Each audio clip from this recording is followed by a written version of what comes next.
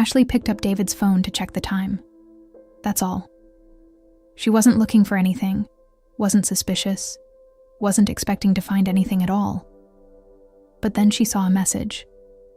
And in less than 10 seconds, she realized something was wrong in her marriage, not because of cheating, but because of something much worse, something she hadn't noticed for years. Welcome to Good Stories Today, your channel for emotional and inspiring stories. Listen while you drive, work, or simply seek inspiration. Subscribe and turn on notifications so you don't miss the next videos. Disclaimer: this video contains AI-generated content for educational and entertainment purposes. This is Ashley's story. The story of the night she discovered her husband was unhappy, and she never even noticed. Chapter 1: The Good Marriage. Ashley and David met in their mid-20s. She was working at a marketing firm. He was in finance. They met at a mutual friend's birthday party, hit it off immediately. He was funny, warm, easy to talk to. She was smart, ambitious, grounded. They dated for 2 years, got married at 28, had their first child, Emma, a year later. Their second, Liam, 2 years after that. It wasn't a fairy tale, but it was good. They had the things people are supposed to want: a house in the suburbs, stable jobs, healthy kids, a golden retriever named Max. From the outside, they looked like they had it all figured out. And for a while, it felt that way. They'd have date nights, go to dinners, talk about their days. David would make her laugh. She'd lean on him when work was stressful. They were partners, a team. But somewhere along the way, Ashley couldn't pinpoint exactly when, things shifted. Not dramatically, not with a fight or a crisis, just slowly, quietly. Like a river changing course so gradually you don't notice until you're miles from where you started. The date nights became less frequent, then rare, then non-existent. We're too tired. The kids need us. Maybe next month. The conversations became shorter. How was work? Fine. You? Same. And then silence. Not uncomfortable silence, just nothing. The laughter faded, not completely, but enough. They'd smile at each other, exchange pleasantries. But when was the last time David made her really laugh? The kind of laugh that made her stomach hurt? She couldn't remember. Sex became scheduled. Every other Saturday night, maybe. If they weren't too tired. If the kids didn't interrupt. If they remembered. It was functional. Quick. Routine. Not intimate. Not connected. Just something they did because married people are supposed to. But Ashley told herself it was normal. This is what marriage looks like after 15 years. After kids. After careers and mortgages and parent-teacher conferences. You can't stay in the honeymoon phase forever. This was real life, and real life was fine, wasn't it? Chapter 2: The Signs She Missed. Looking back, Ashley realized the signs were there. She just didn't see them. Or maybe she did, and chose not to. David stopped talking about his day. She'd ask, "How was work?" He'd say, "Fine." And she'd accept it. Because she was tired too. Because she had her own stress. Because it was easier than digging deeper. He stopped asking about hers too. She'd come home frustrated about a project. He'd nod. Say, "That sucks." And go back to scrolling his phone. She told herself he was just distracted. Tired. Men aren't as emotionally expressive. That's just how he is. He started staying up later. She'd go to bed at 10. He'd stay downstairs. Just watching a game. Or finishing some work. She'd wake up at 2 a.m. and he'd still be on the couch. "Couldn't sleep," he'd say. And she'd shrug it off. He stopped initiating affection. No random hugs in the kitchen. No kisses that weren't quick pecks. No hand-holding on the couch. Ashley noticed. But she didn't say anything. Because she wasn't initiating either. And if she's being honest, she didn't mind. It was easier, less vulnerable, less chance of rejection. They stopped fighting, which sounds like a good thing. But it wasn't. They just didn't care enough to argue. If something bothered her, she'd let it go. If something bothered him, he'd stay quiet. They tiptoed around each other, polite, distant, safe. One night, about 6 months ago, David had suggested they go away for a weekend. Just us, no kids. We could go to that bed and breakfast upstate. Ashley's first thought wasn't excitement. It was panic. 2 days alone with David? What would they even talk about? I don't know, she'd said. That's a lot to coordinate. Maybe later. David had nodded. Yeah, you're right. And they never brought it up again. Looking back, Ashley wondered, was he reaching out? Was that his way of saying, I miss you? And did she just push him away? Chapter 3. The Discovery. But all of that was hindsight. In the moment, standing in the kitchen on that Tuesday night, Ashley wasn't thinking about bed and breakfasts or missed opportunities. She was staring at her husband's phone, reading messages she wasn't supposed to see. She scrolled up. The conversation with Mark, David's friend from college, had been going on for a while. Weeks, maybe months. Mark, how are things at home? David, same. Fine, I guess. Mark, that doesn't sound fine. David, I don't know, man. I feel like we're just existing. Like we're roommates who happen to be married. Mark, have you talked to her about it? David, what would I even say? Hey, I feel like you don't love me anymore. That sounds pathetic. Mark, it's not pathetic. It's honest. David, I don't think she'd care. She's so wrapped up in work and the kids. I don't think she even sees me anymore. Ashley's hands were shaking. She kept reading. David, last week I stayed up until 3 a.m. just sitting on the couch. She didn't even notice I wasn't in bed. Mark, did you tell her? David, no. What's the point? She'd just say she was tired, which she is. I get it, but I'm tired too, and lonely, and I don't know when that became okay. The shower upstairs turned off. Ashley could hear David moving around in the bathroom. She quickly scrolled to the most recent message, the one from tonight. David, I think about what it would be like to leave sometimes. Not because I want to, but because I wonder if she'd even miss me, or if she'd just adjust. Mark, man, you need to talk to her. David, maybe. I don't know. I'm scared, honestly. Mark, of what? David, that she'll confirm what I already think, that she's just here out of obligation, that we're both just going through the motions. Ashley set the phone down. Her chest was tight. Her hands were still shaking. She heard David's footsteps upstairs, heard him coming down the stairs, and she had to decide, pretend she didn't see it, or confront him. Chapter 4.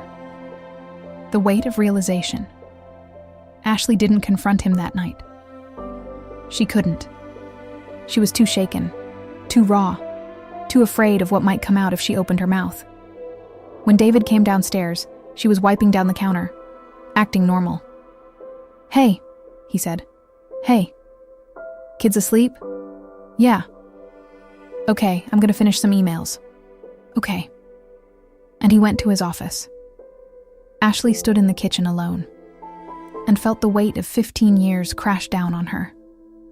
Her husband was unhappy, and she never knew. Or worse, she did know, deep down, and she ignored it. She thought about the last time she'd told him she loved him, really told him. Not just love you as he walked out the door, but looked him in the eyes and said, I love you. She couldn't remember. She thought about the last time she'd asked how he was doing, really asked. Not, "How was your day?" in passing, but sat down and said, "How are you? Really?" She couldn't remember that either. She thought about the last time she'd touched him. Not sexually, just touched him. Held his hand, rubbed his back, hugged him for more than 2 seconds. She couldn't remember. And the worst part? She couldn't remember the last time she'd wanted to. When had she stopped seeing him? When had he become just David? The guy who paid half the mortgage. The guy who picked up Liam from soccer practice. The guy who existed in her life but wasn't part of it. Ashley sat on the kitchen floor, back against the cabinets, and cried quietly. Not because David was thinking about leaving, but because part of her understood why. Chapter 5. The silence that followed. For 3 days, Ashley said nothing. She went through the motions, made breakfast, went to work, picked up the kids, made dinner. David did the same. They moved around each other like choreographed dancers, practiced, efficient, disconnected. But now Ashley saw it. She couldn't unsee it. The way David avoided eye contact. The way he answered questions with one word. The way he sat on the opposite end of the couch. The way he went to bed after she did. The way he left for work before she woke up. He was hiding. Or protecting himself. Or both. And she'd been doing the same thing. For how long? Years? On Friday night, the kids were at sleepovers. Emma at her friend's house. Liam at his grandparents'. It was just Ashley and David. Alone. For the first time in weeks. They ate dinner in silence. Watched TV in silence. And at 10 p.m., David stood up. "I'm gonna head to bed." "Okay." He started walking toward the stairs, and Ashley heard herself say, "David, wait." He turned around. "Yeah?" She looked at him, really looked at him, and saw the exhaustion in his eyes, the sadness, the resignation. "Do you still love me?" The question hung in the air. David's face changed. Surprise, then pain, then something like relief. "Why are you asking me that?" "Because I need to know." He sat back down on the couch, far from her. "Of course I love you, Ash. But are you happy?" Silence. Long, heavy silence. "I don't know," he finally said. "I don't know if I'm happy. Or if I'm just used to this." Ashley felt tears forming. "I saw your messages. To Mark." David closed his eyes. "Fuck. I wasn't snooping. I saw. I'm sorry. Don't apologize. You were honest with him. I want you to be honest with me."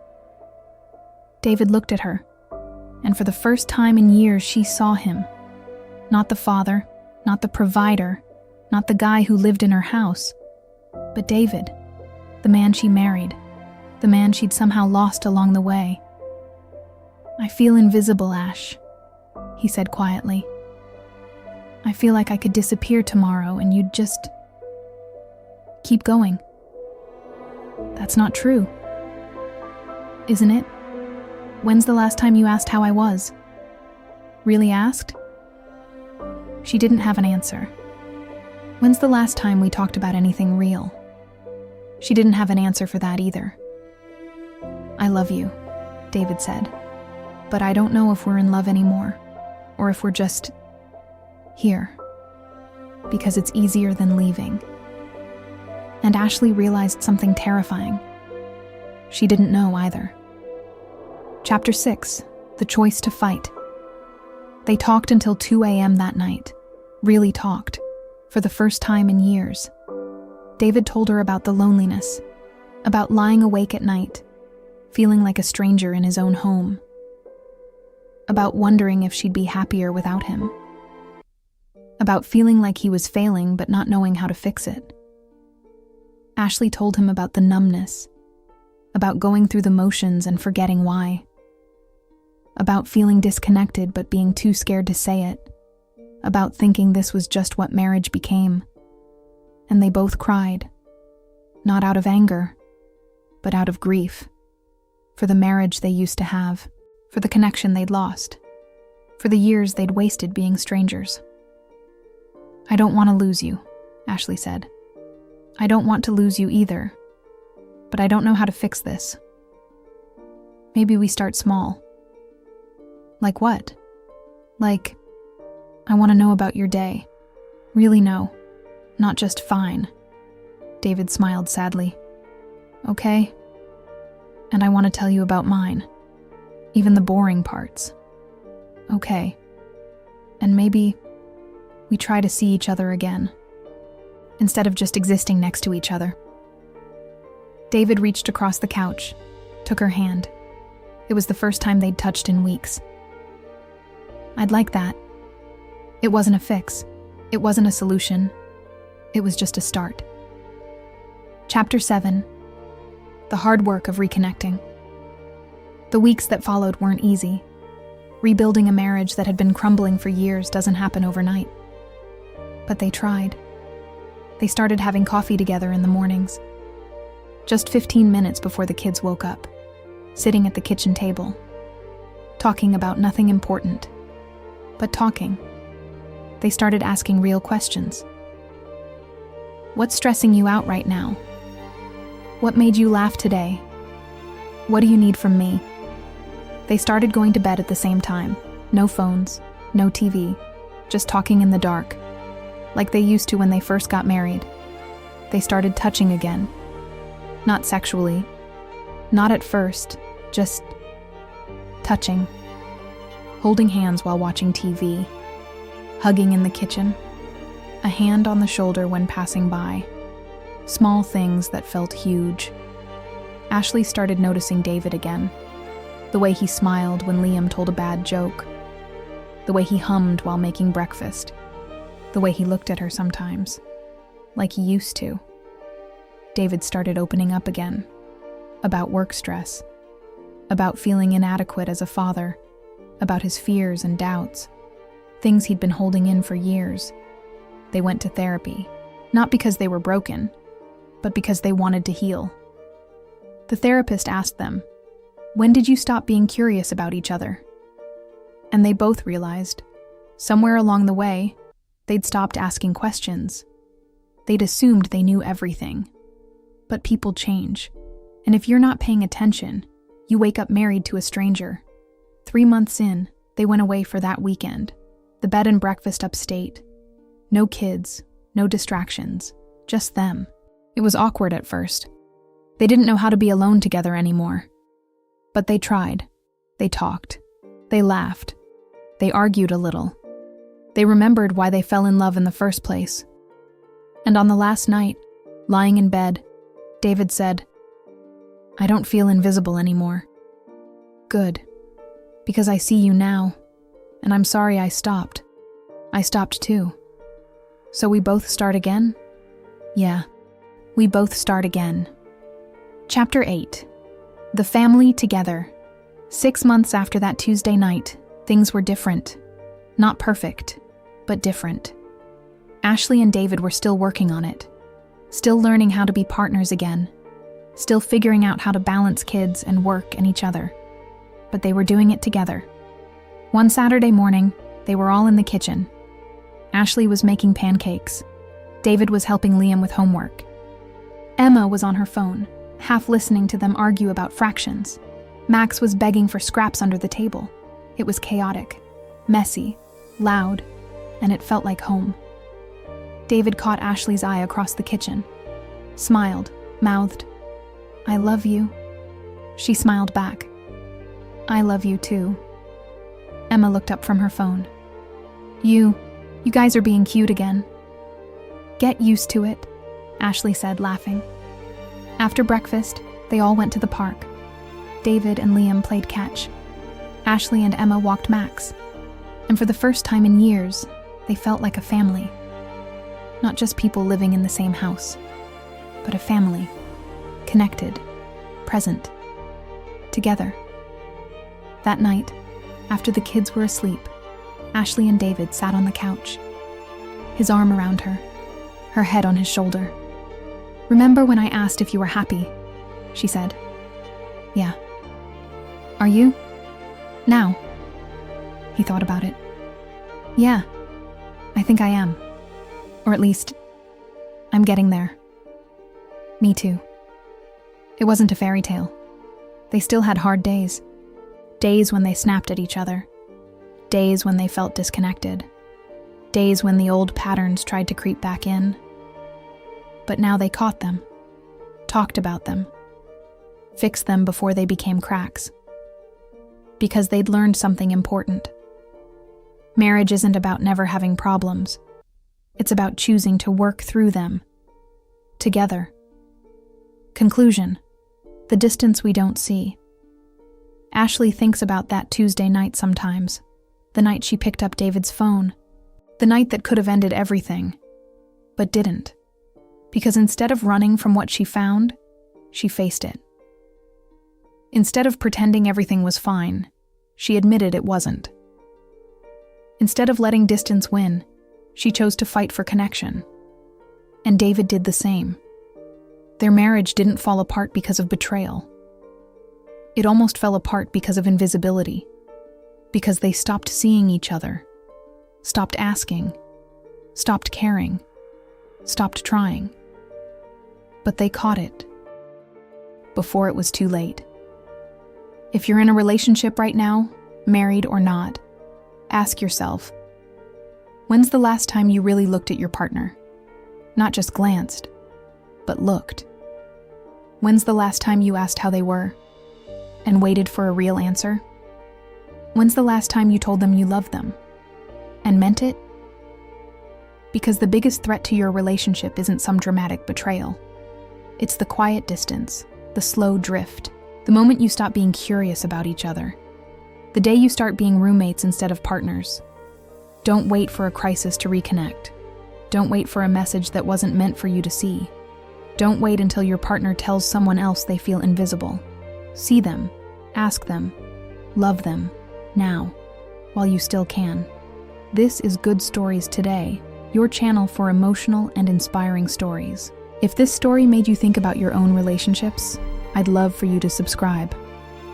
I share stories like this every week, honest human stories about marriage, connection, and learning to fight for love before it's too late.